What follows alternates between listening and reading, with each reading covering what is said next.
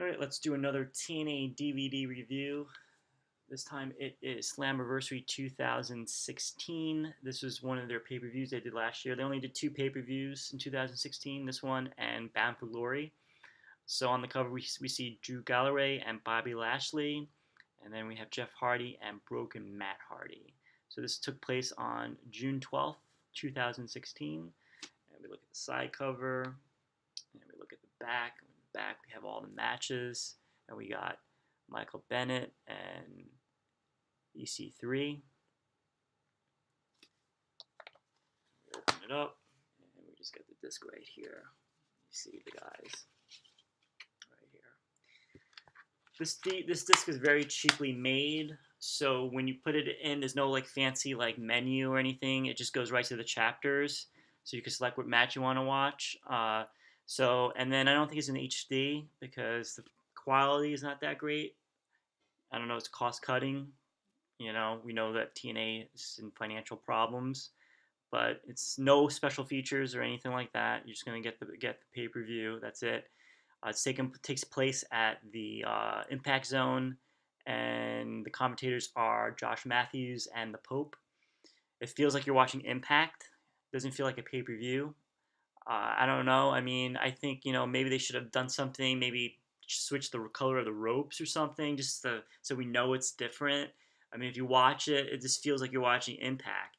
It doesn't feel like a pay-per-view, and that's like the problem I think they're gonna have, because if you give away like top matches on Impact, like who's gonna really want to buy the pay-per-view? I don't know what the buys are on this pay-per-view, but that's me just saying. I mean, you felt like you were watching Impact. There's no need to like. I mean, if you're a wrestling fan, I mean, I wouldn't spend the money. Why would you spend like what if it's $40 on a pay-per-view? But if you collect the DVDs like I do, you'll buy the DVDs. All right, so it's a decent card. So we open up with the X Division Championship. We have Trevor Lee against Eddie Edwards against Andrew Everett and TJZ. I kind of like what they're doing with the X Division. They're kind of doing what WCW with the cruiserweights. It's like a good opener, great opener for the event. Fast pace. Now they know, it's not. It's kind of like their cruiserweight division, I guess you could say, but they're not calling it a cruiserweight division. It's supposed to be, it's kind of really, you're trying to think, well, what is the X division really? So, but it was a good opener, fast paced. Eddie Edwards picks up the win here, so he wins the belt. Next match we have the Tribunal against Grado and Mahabla Shera. Fun tag team match. What really made that match, which I enjoyed, was Al Snow was managing the Tribunal, and he comes out and he has a whistle. He's blowing the whistle and stuff. And when the Tribunal wins the match at the end, he's like celebrating like they won the tag team championship. So Al Snow really made that match. So that was fun just watching him.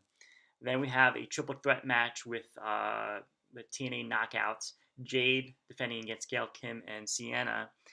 Originally, I guess it was going to be Gail Kim against Maria, and she, I guess, Kim's out with like her like a cast on her hand that she was injured. Then Billy Corgan comes out, so maybe you should buy this DVD just so we can remember that Billy Corgan was part of TNA.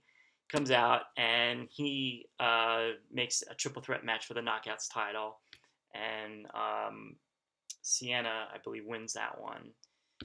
Love Gail Kim. I think she's really good in this match. I wish that, maybe someday she could go back to WWE.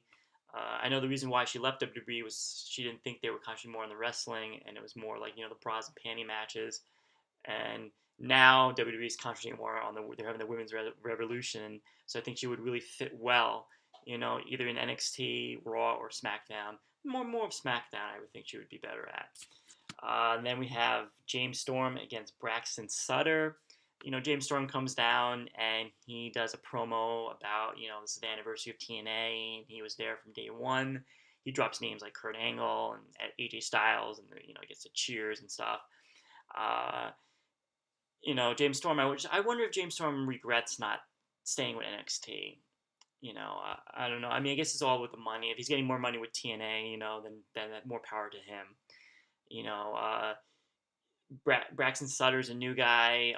It was two fan favorites wrestling. James Storm, picks up the win, and at the end they kind of both celebrate with the beer bottles and stuff. Then we have the King of the Mountain Championship. Again, we're still trying to figure out what the King of the Mountain Championship really is. Eli Drake against Bram. Love Eli Drake. I think he's really a good wrestler. He could talk. He could wrestle. I think WWE has, and I think he started in WWE in their developmental. I don't know if he was in NXT, but they let him go. I think I read somewhere where they were showing some interest in him. So hopefully, I don't know if his what his contract is in TNA, but hopefully maybe TNA will use him more. But I think he's a really good wrestler. I think he's a good heel. Then we have EC3 against the Miracle, Michael Bennett. That was probably one of the top matches of the night. It was really good. Uh, really enjoyed that match. EC3 and Michael Bennett. With Michael Bennett, coming from ROH, I think it was a good decision to come to TNA. With ROH, I mean, who knows? I mean, he'll probably be just stuck in like 6-man tag teams. At least with TNA, he's getting a push as one of their top heels. Maybe a title run in the future. He's getting more TV time. With Ring of Honor, they only have that hour program, and basically with the program, they're more wrestling centered. So they're not like, you don't have these guys doing like promos. So now with TNA, it's a 2-hour program. They could fit in, different wrestling promos. So I think he's getting more exposure. I think he's getting more, his face out there. So I think he has a good, bright future with TNA. Next one, we have the Full Metal Mayhem match, Matt Hardy versus Jeff Hardy. Really great match. Reminds me of ECW. Great high flying action. You get this is the beginning of the Broken Matt Hardy character. Really enjoyed it. I mean, if you buy this DVD, you gotta buy it for that match. And then we have the tag team match of the Decay versus the Bromans. And then the last match, we have a tap out or knockout match. Drew Galloway defending against Lashley. Again, another decent match. Again, you gotta give TNA a chance. I know for me, I started watching them again once they got to Pop TV because I didn't have Destination America, so it took me a while to get back into it. I would say if you're not too sure, if you do get Pop TV, just watch a couple weeks of it so you get so you know what the storylines are. I'm pretty sure you're gonna enjoy it. Again, it's an alternative to WWE. Definitely check it out, and also check out this DVD. I know TNA. I don't know what's going on with their shop. TNA. I think they have a bunch of sales going on. I know Don West is back, so he's gonna try to sell the brown bag specials. So if you get this in your brown bag, I mean, definitely check it out. It was a pretty good. I mean, if you like wrestling, you're gonna enjoy it. The match, like this pay per view, is filled with everything you would want in a wrestling card. You get the high flying action in the beginning with the X Division. You have a tag team match. You get the women's match. You have, the hardcore match with Matt Hardy and Jeff Hardy. So you get like everything. You have the wrestling classic between the Miracle and EC3. So you got really a lot in this event. So definitely check it out if you're interested.